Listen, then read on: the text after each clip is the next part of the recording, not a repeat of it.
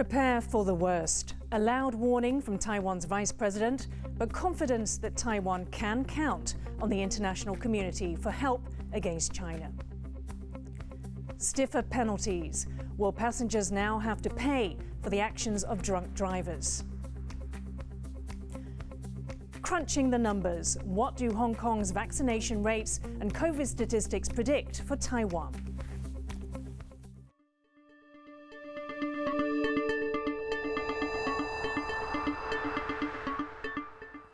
A warm welcome to TaiwanPlus News. I'm Yin Khvat.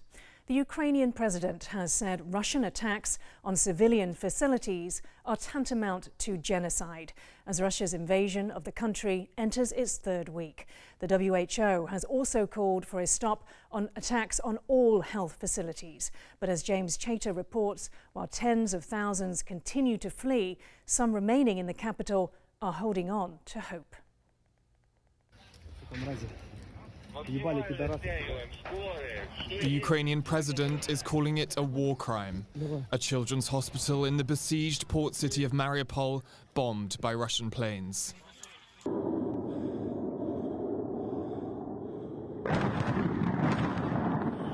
As the Russian invasion of Ukraine enters its third week, more stories emerge of widespread devastation. And that's despite Russia claiming it is not attacking civilian targets. The World Health Organization said there have so far been 18 attacks on health facilities, health workers and ambulances, resulting in at least 10 deaths.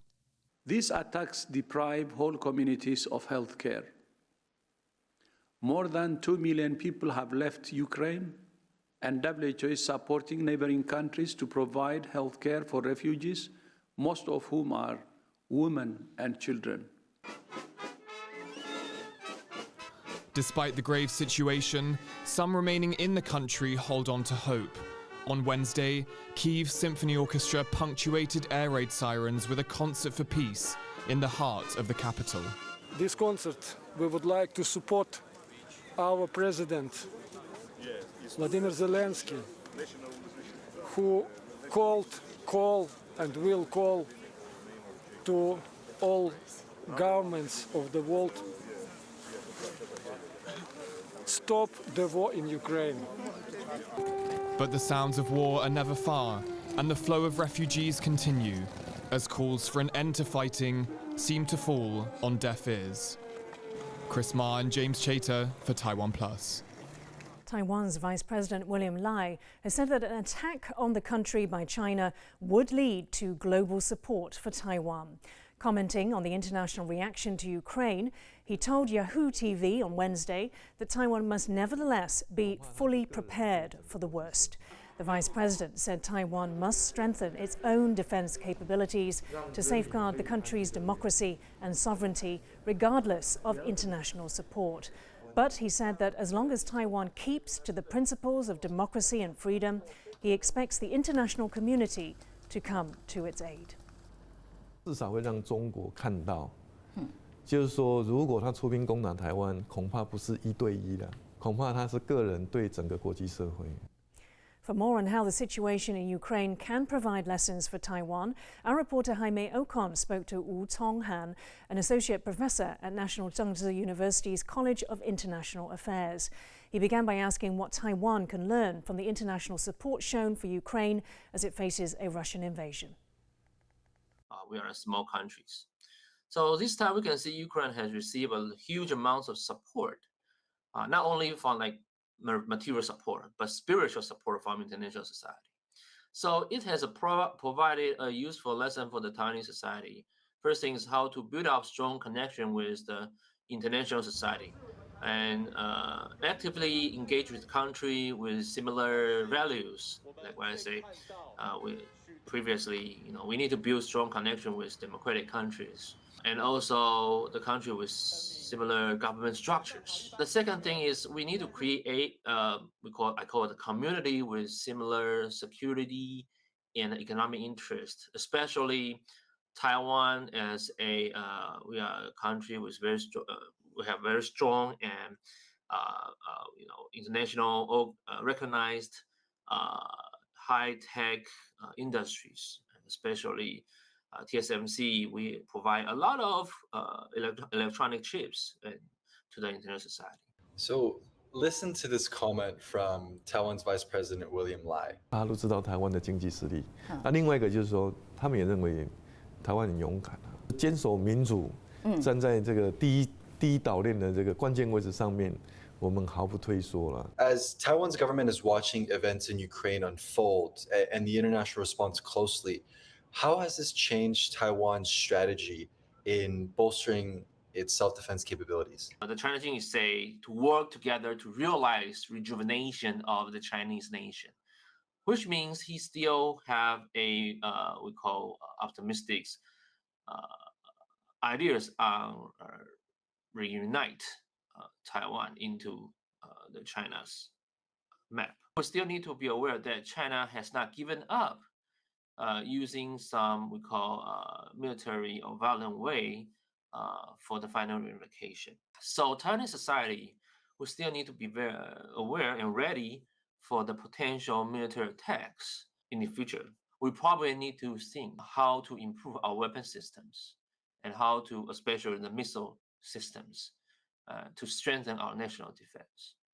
But I like what I say, it's very important. We need to prevent a war more than prepare a war. Opposition Conservative candidate Yoon Suk-yeol has won South Korea's presidential election in the country's closest race for over 30 years. 우리 경쟁은 일단 끝났고 우리 모두 힘을 합쳐서 우리 국민과 대한민국 위해서 우리 모두 하나가 되어야 한다고 생각합니다.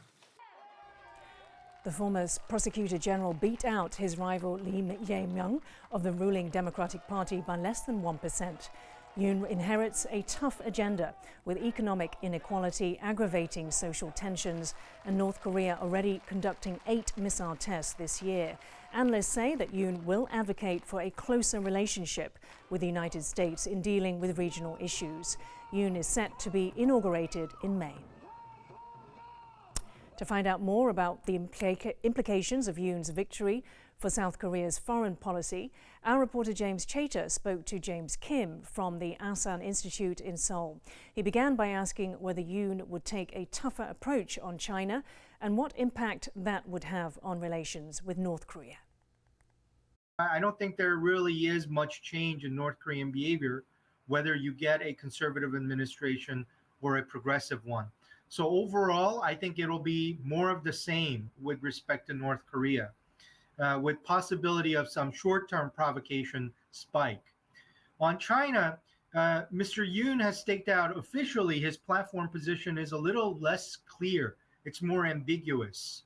But at times, depending on the situation, let's say because of the Olympics and whatever public sentiment is surrounding China-related issues, he may try to pander to his base by being more aggressive on China.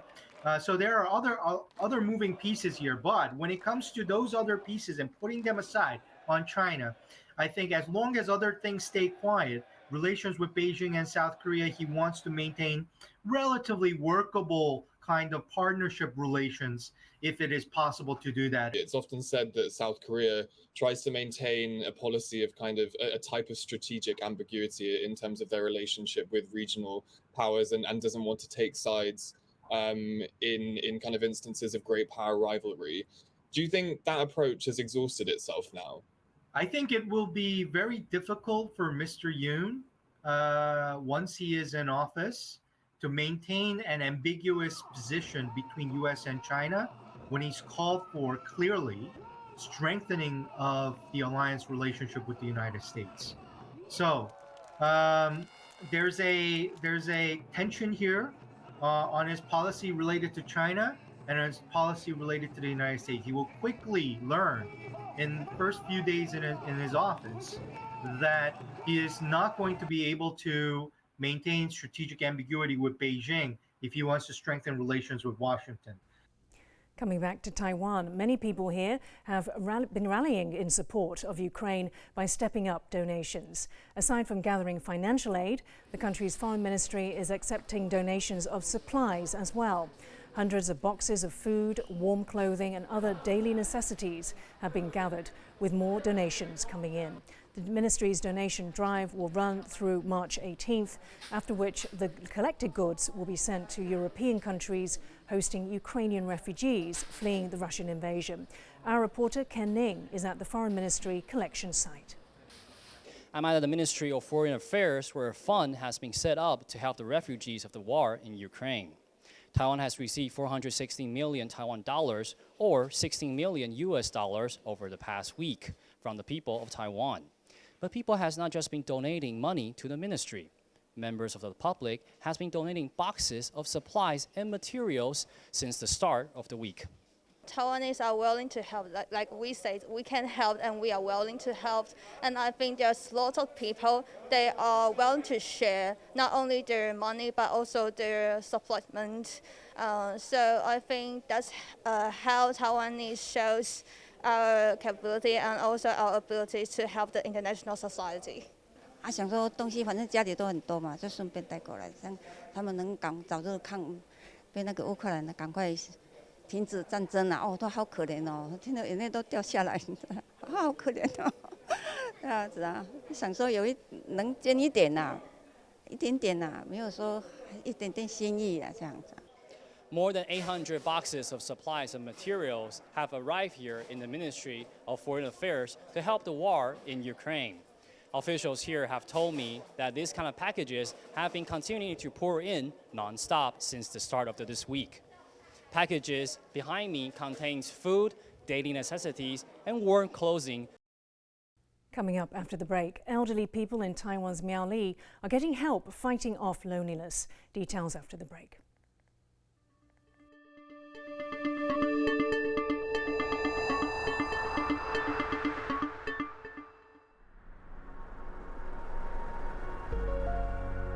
What makes this island nation exceptionally punch way above its might?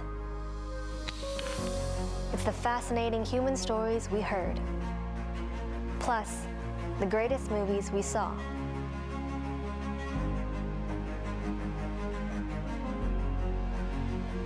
The enduring and painstaking past we learned, plus the beautiful people we met. The delightful cuisines we tasted, plus the coexistence of many cultures we embraced. The powerful, energizing technology we invented, plus the ancient masterpieces we preserved. The human rights we advanced, plus the motherland we called home. TaiwanPlus. We will continue to show you unheard, compelling stories that touch our hearts. Come with us as we embark on yet another unraveling journey to the world.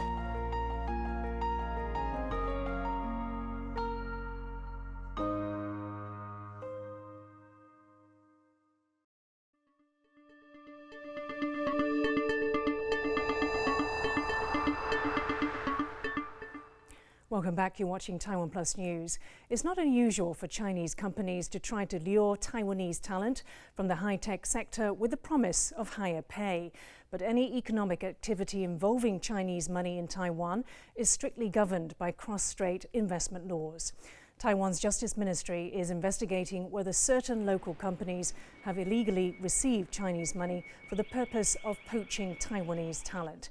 8 companies located in science parks around Taiwan are being probed.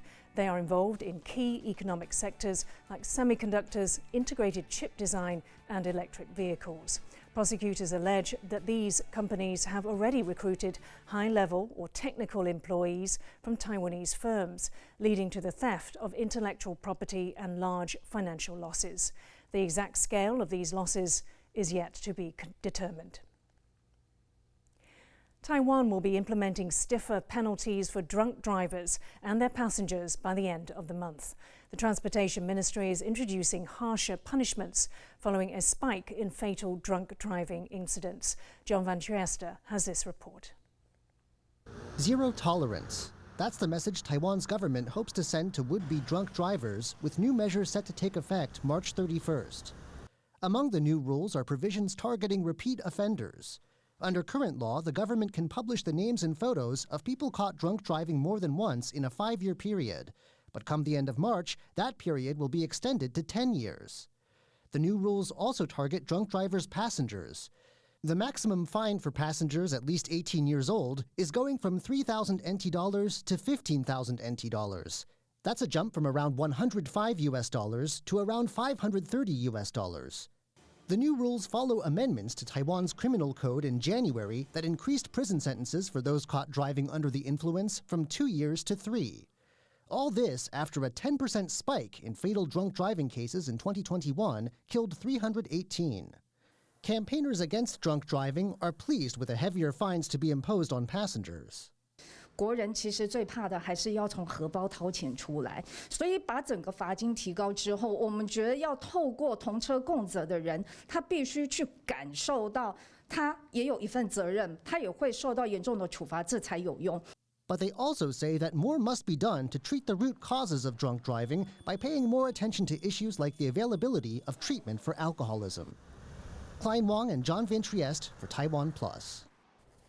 Hong Kong is temporarily shelving plans for compulsory citywide testing for COVID-19. In a government turnaround, the city's leader, Carrie Lam, has announced that it is no longer a priority and there is now no specific time frame for universal testing. Her government faced sharp criticism after announcing 3 rounds of citywide testing this month. Experts questioned the wisdom of enforcing the costly exercise at a time when projections indicate that the city's wave of Omicron infections could be peaking. Wednesday's announcement is the first time Lam has communicated with the public in over 2 weeks. Hong Kong's COVID crisis is spiralling out of control. The death rate in the city is now the highest in the world, and that's causing concern not far away in Taiwan, where projections now show that a similar scenario could result in thousands of deaths. So what lessons can Taiwan learn from Hong Kong's COVID crisis? Ryan Kirkpatrick takes a look.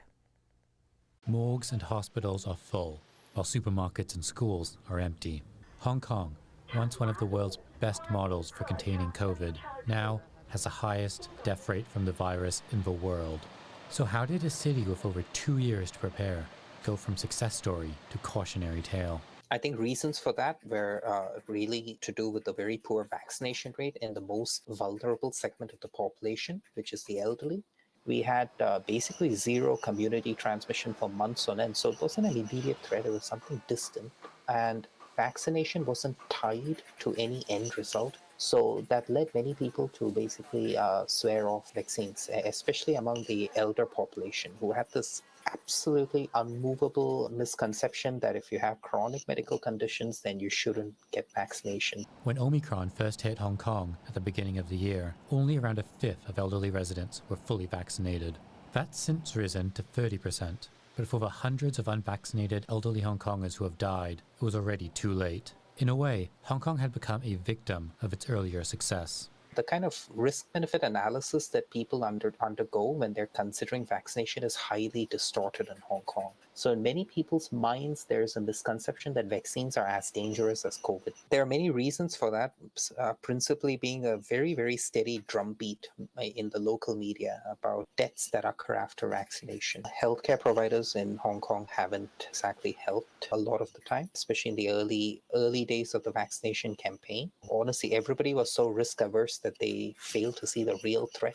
The crisis in Hong Kong and its causes haven't gone unnoticed in Taiwan. On Monday, the CDC's daily press briefing saw direct comparisons between Hong Kong's elderly vaccination rate and Taiwan's. 很明显的看到80岁以上在香港打完1剂疫苗的是 51.15%， 那打完2剂的是只有 30.93%， 这个比例真的是非常的低。相对于此，我们台湾事实上我们的75岁以上的长者目前是有70% 的一个覆盖率是比香港要多出1倍多。Taiwan is doing much better than Hong Kong, but it is also far behind other regional peers like Singapore, where close to 95% of the elderly are fully vaccinated. Based on 2020 population data, there are currently close to 195,000 unvaccinated people aged 80 and over in Taiwan. If the country experiences a case fatality rate of 4 to 6% among the unvaccinated elderly, similar to that of Hong Kong and other Asian countries, it could potentially see over 11,000 preventable deaths nationwide. 70% is not going to cut it, unfortunately. We really need to get as many elderly vaccinated as possible, probably upwards of 90%. Put your focus on mitigation as well. The path to resilience lies in vaccination, getting as many elderly vaccinated as possible with at least 2 doses, and also stockpiling antivirals. We have to tackle vaccine misinformation head on. We have to call people out. Like, we have to take innovative approaches to this. Catching COVID-19 has to be normalized to a certain extent, because unless somebody dies of something else beforehand, they're very likely to catch COVID-19 at some point in their lives. It's here to stay. It's another respiratory virus. Get used to it. Taiwan's ongoing success in beating back its own COVID outbreaks has bought it still more time to prepare for the eventual impact of the virus's spread. Hong Kong's example provides valuable lessons in how not to do this.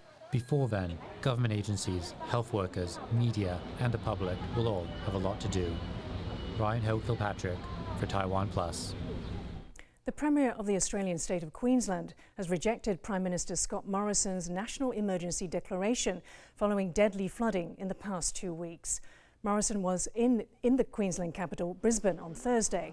He said he plans to speak to Anastasia Palaszczuk and still hopes to extend federal assistance to Queensland, for which he needs the Premier's approval. Palaszczuk said Morrison's declaration comes a week too late, as floodwaters have receded and the state plans to lift its own disaster declaration on Sunday. So far, 21 people have died in the flooding on Australia's east coast, which was brought about by record levels of rainfall.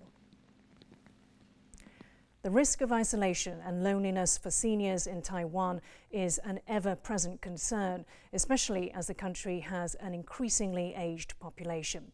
But one group of school children in the northern county of Miaoli is determined not to let local elders spend their days alone. Here's their story. 我独居在这个房子啊，我没有老婆小孩，又要中风，我常常一天说不到一句话。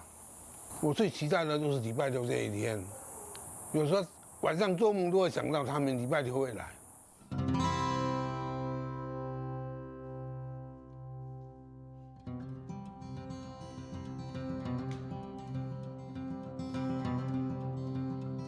我国一的时候加入温馨厨房的，就小时候得了血癌，然后病得很严重，然后我就说以后有能力可以帮助人的时候，就要尽自己最大的能力去帮助人。有一些老人家就皮包骨就只有皮很少肉，所以就想给他多长一些肉，这样子纸比较好看，也不会感觉没精神。所以我们在汤里面加了很多的肉。出发！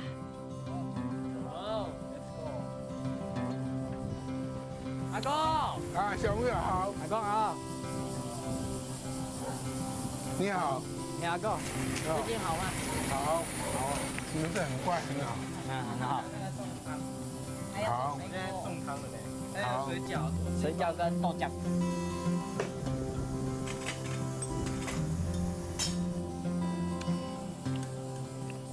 好吃啊！谢谢，拜拜，拜拜。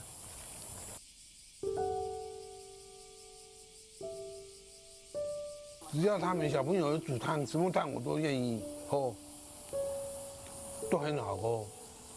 冬天喝到那汤最温暖，我非常激动。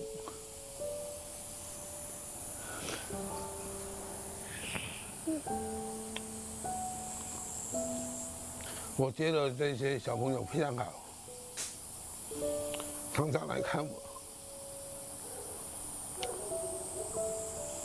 害我非常感动。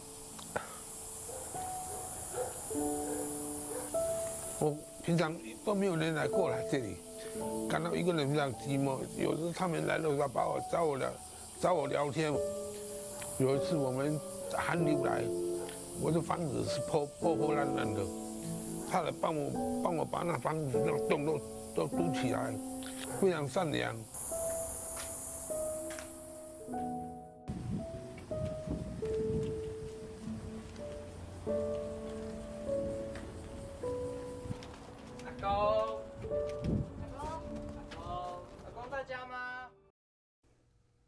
Thank you for watching TaiwanPlus News. I'm Yin Khvat. We'll leave you with footage of the New York Met Opera in the US, performers singing the Ukrainian national anthem. For more stories from Taiwan and around the world, please download the TaiwanPlus app. Stay safe and see you next time.